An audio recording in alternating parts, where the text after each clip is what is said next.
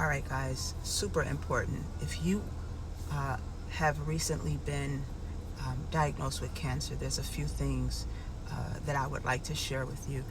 If you are watching this video for the first time, my name is Felicia. I am a four-time ovarian cancer survivor by the grace of God, 2018 to 2022.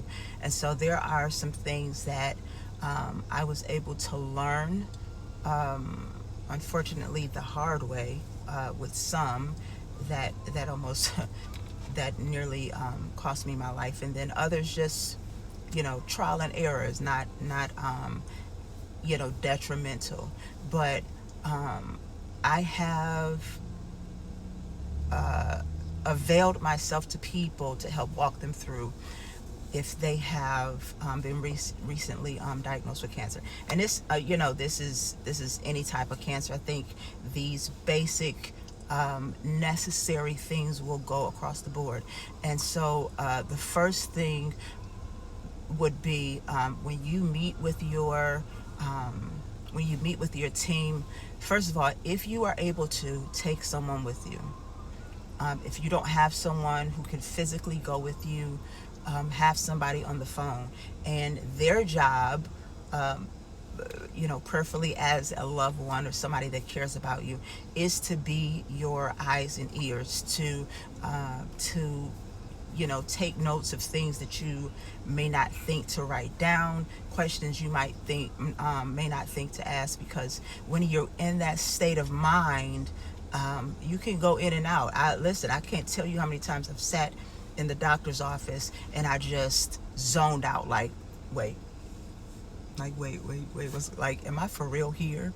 It was definitely an outer body experience, like, what is going on? And so, in the background it sounded like Charlie Brown, and and then I missed things. And so I thank God that my mom was there for me for most of my appointments. But get someone to go with you, and that's every meeting. I don't care if it's on the phone.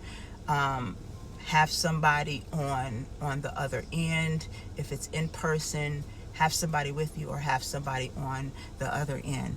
The second thing is, understand that you are the one in charge. The doctors, the nurses, the entire team, they work for you.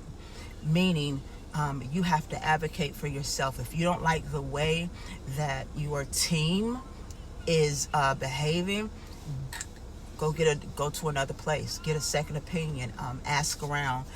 You do not have to stick with the doctor or that clinic. You don't owe them anything. This is your life, and so you do what's best for you. You have to have somebody that you feel like is going to treat you just as well as they would a family member. Like, not treat you like you're another number, or you're another case, or you're another client, but really to understand that this is at the end of the day, a life or death situation. And we do, want to make sure you're speaking life over yourself, and those who are around you are speaking life. But don't feel like you owe them anything. You don't owe them your your loyalty, or, oh, I like this oncologist, so I'm gonna stick with them. No. If they're moving their feet, if they're dragging their feet on getting you scheduled for your CT, getting you scheduled for surgery, any of that, go to somebody else. Because cancer is a beast, and we all know, we've heard stories of people that were taken like that. And so you can't play around with it. If you've been diagnosed and you have something scheduled, and it's few days away next week, and you feel things are feeling different in your body, you're experiencing more pain, intense pain, go to the ER. Don't wait till the next day to call the doctor, because something could be drastically wrong. And these cancer cells grow extremely quick, some more than others, but either way, cancer cells are cancer cells, and so we don't want to play around with it.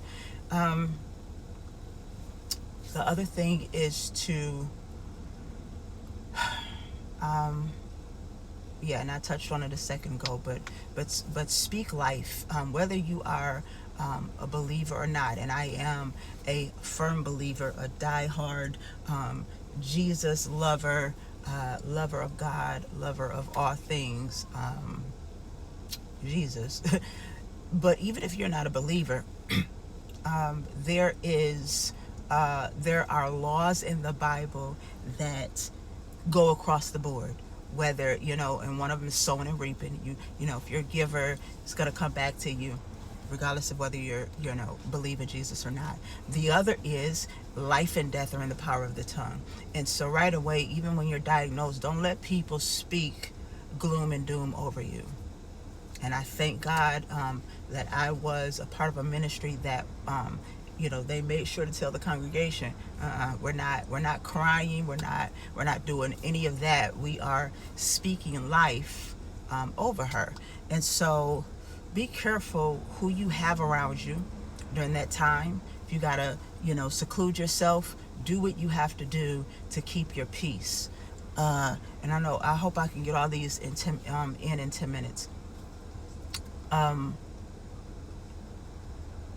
man, it just lost me. I was talking about peace.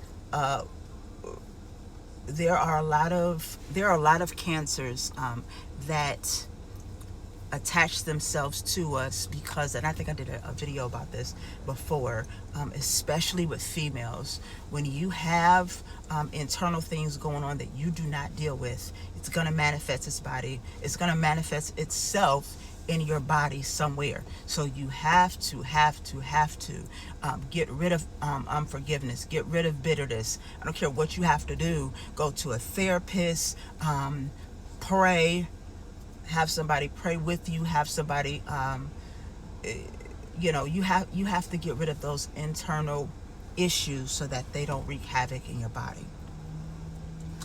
And I guess the last thing I would say is, if you are recently diagnosed and you haven't already, okay, and if you're able to, I know everybody's not able to do this, but the ideal scenario would be, you're diagnosed, right? You go to the doctor, you have your team, you have your next appointment. Go home, gather your things. I don't care if you got to work the next day. They'll understand. Call off. Gather your things and get away for a minute. When you get away, go with, maybe 2-3 trusted people in your life and just sit with what you've been told. Sit with that diagnosis. Sit with it, cry, do whatever you got to do, and then, rest. And then after that, begin to pump yourself with, I don't want to say I am statements, but just begin to pump yourself with, I don't know, and I don't even want to say positivity because, but you guys know what I'm saying. If you're a believer, scriptures on healing. I mean, like literally, that's your food. If you're not a believer, positive statements over your body. I'm healed. I'm whole. This is not going to take me out, because a cancer diagnosis is not a death sentence. Yes, people pass from it. And yes, a lot of people survive it. So do not think the worst. Do not think the worst. You can't, your mind is going to follow, your body is going to follow where your mind goes. That's relatively speaking. But, hey guys, I hope this made sense. I just really had to get that out there so that, you guys aren't totally in the dark. Feel free to DM me if you have further questions. If you would like to follow up, if you would like to connect, I'm happy to do it. All right, you guys have a wonderful day and a wonderful weekend.